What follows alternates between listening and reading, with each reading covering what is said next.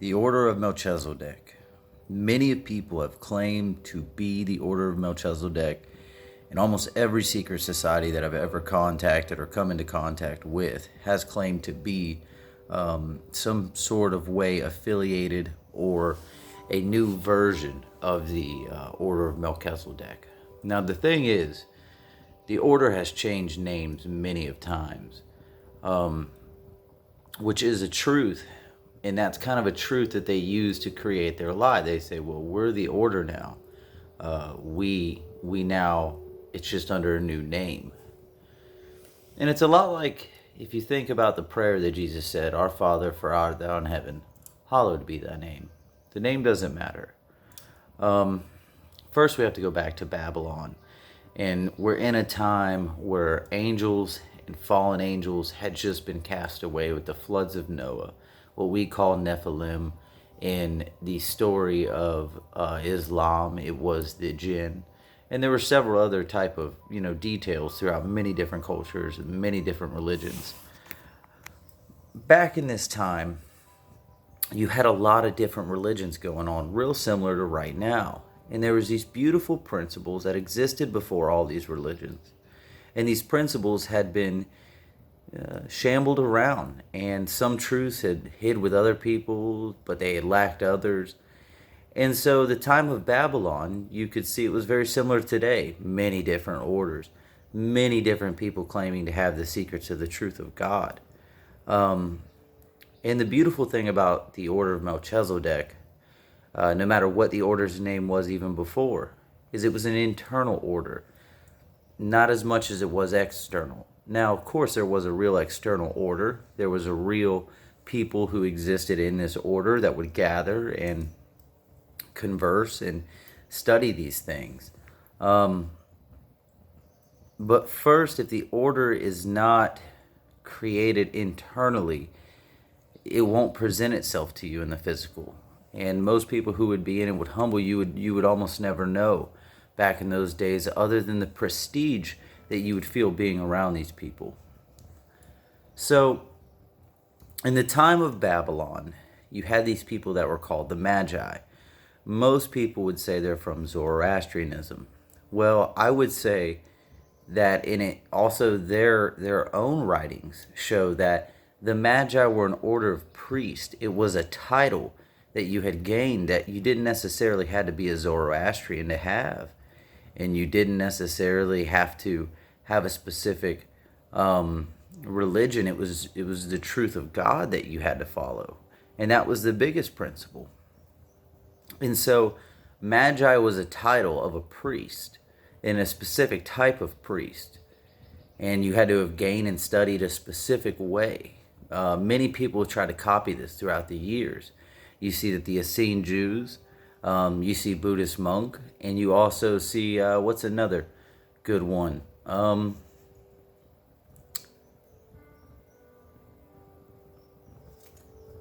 You have many different orders, essentially, that do that. Now, they all, even the Druids, that was what I was going to say, the Druids, essentially. And I love this documentary that said, it was called The Last Druid, where he said, the order comes when the order's needed. And that can't be more true than ever. Everybody's seeking it. But it has to be needed, for one, because it's a very powerful thing for people to have such a knowledge together, especially when an order is formed in that light. So when we go back to that story of Babylon, during this time you have Abraham. And you'd have to read the Jewish apocryphal story of Abraham called the Apocalypse of Abraham, where Abraham, as a young man, said to his dad, teach me how to pray to the gods. That were wooden statues. Well, he got really offended that the wooden statues wouldn't take a sacrifice, so he chopped them up with an axe, Abraham did. And Abraham's dad said, what did you do? And he said, well, Dad, the big one got mad at the other small one and started chopping them up. And he said, well, they're wooden statues, son, they don't do that. He said, then why would you call them your God? Now, at this time, before, it's a real similar story to Kronos or even Moses. Abraham, the king, asked his dad to kill Abraham. And he said no, and he gave him the housemaiden's child and hid his son away. But after Abraham had done this to the gods, his dad felt like he did a terrible job, and they locked him in the lion's den. Real similar story to Daniel. It's funny because we're in a matrix. This is a time loop. And a lot of people don't understand how powerful time is. The original God in Zoroastrianism, because Zoroaster was a prophet of a specific idea, and I'm sure he wasn't naming it after himself. What it was called Zervanicism. Zervan, the original god of Zarathustra, was time. And these were principal concepts. And the concept of Christ and the concept of Melchizedek and all this was stolen away. And that story is kind of told through Zoroastrianism when they talk about the stolen god Mithras. And what had happened was, just like Zarathustra has a different meaning and a different description than the same gentleman they try to convey called Zoroaster. Because one's a Greek depiction, one's an Aramaic. And the Greek depiction is kind of a perversion.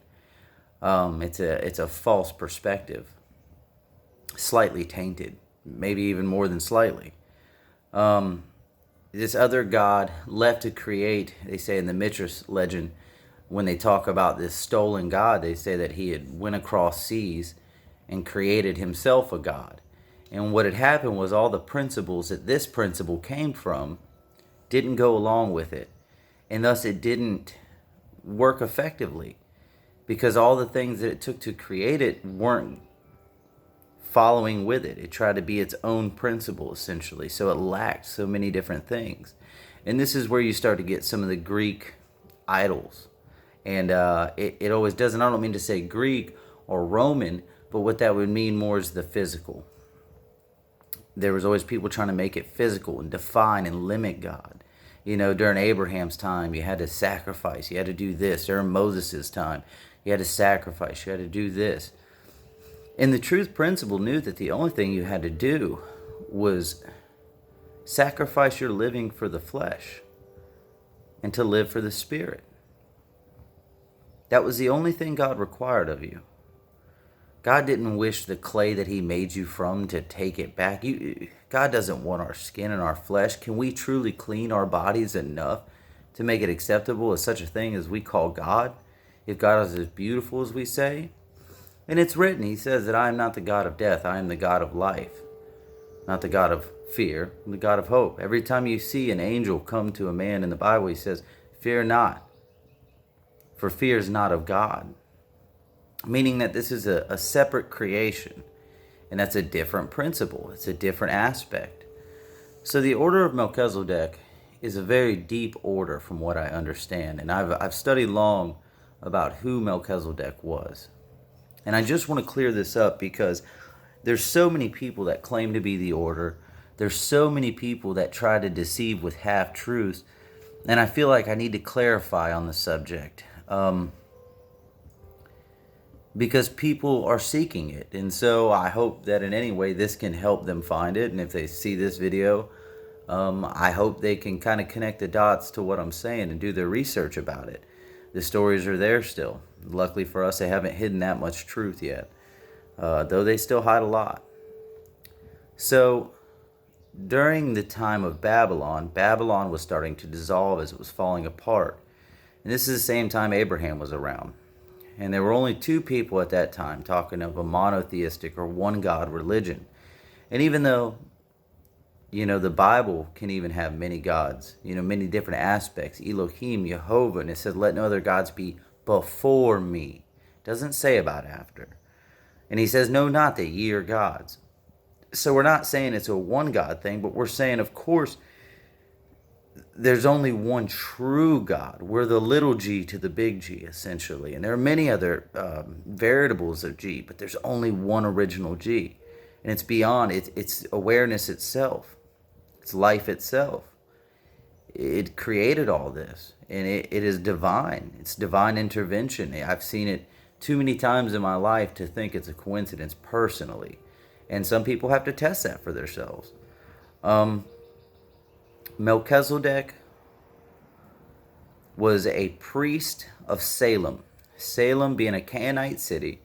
And during that time, Canaanite was actually South Babylon. It was getting new names because it was dissolving, but it was still considered an empire of Babylon. Well, Zarathustra at this time, how Zarathustra came about his great discoveries, he said to people that he had been a high priest, and it was proven that he was a high priest in many different occult studies in Babylon. He had studied all of them, and he had found out that they all were hiding these principal truths and perverting them. And so he came out to tell a concept of the one principal truth. And we've had to do this so many different ways because depending upon the time, society truly makes it so complicated for human beings to obtain. And really the only thing that makes it hard to obtain is ourselves, not the world, and not the understanding of it either, because it's actually quite simple. It's the Spirit. And, luckily for us, if we take the, I guess you'd say, Christian version of it, the Spirit, the Comforter, the Help Me, it was set upon us when Christ passed away. There's a big story in that because he was bringing back the priesthood of Levitical, of Melchizedek, and breaking the priesthood of Levitical because they had to slaughter a blameless lamb, and then they'd let a scapegoat go off. Well, Christ was the blameless lamb. We were the scapegoat. And in that, he was bringing back the order of Melchizedek because he was forever a priest in the order of Melchizedek. Melchizedek meant king priest. And the only time that you see king priest, it goes back to the word magi. It translates as magi, wise men. So it's not really too far of a theory to say that Zarathustra, in some way or another, was an ally with Abraham. And that he, we see Jacob had got the name Israel. And also we see that names can vary depending upon how people hear them and how they also write in their text. And I would like to think that Melchizedek was either a teacher of both Abraham and Zarathustra, or, which is even more likely from what the history I see says, Zarathustra was Melchizedek. And even Abraham understood something Melchizedek did not. And of course, Christ is the priest, the high priest, forever in the order of Melchizedek, which means even Melchizedek isn't the high priest. Christ is. Now, this is going back before Babylon, way before. This is the truth that he'd always been trying to give us. But the problem is human beings always complicated. And we make it so many different rituals and these different things. But to access the order is much easier than one thinks if you're not living for the world and you're connected to spirit. And if you've done a lot of spiritual work, the easier these things are for you to understand. But the thing with knowledge is, and understanding, it's hard to follow it sometimes. So it is still a difficult path, but rewarding. And you live weightless, free, almost like you can fly because you don't hold any weight. You've learned to live without it. I think it's a beautiful thing. A lot of people haven't really understood these concepts in a long time. A lot of wars have been fought over it. And again, they crucified Christ to try to say, how dare you make it so simple? But it truly is. If we give God the worries in our life and we live by faith and we manifest the best of the heaven that is at hand, because Christ said, heaven is within your grasp. And how far is our grasp? It's right here if we can grasp it.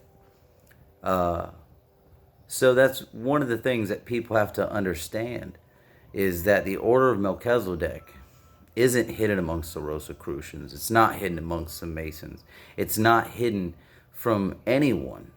It's not going to be learned on the pages of anything but the one's own heart when living a life trying to do what the Spirit tells it to, what the good Spirit tells it to, the Holy Spirit. I love how Zoroastrians say that the only thing God asks for you alone is your good words, your good thoughts, and your good deeds. And how wholesome is that? When I see Christ's message, to love as I have loved you, it's a very similar concept. And I think from hearing this concept from many great prophets, even though you have some that come in complicated, trying to tell you more about the process than the goal. And if you see what the goal is, the process to get there becomes much more simple.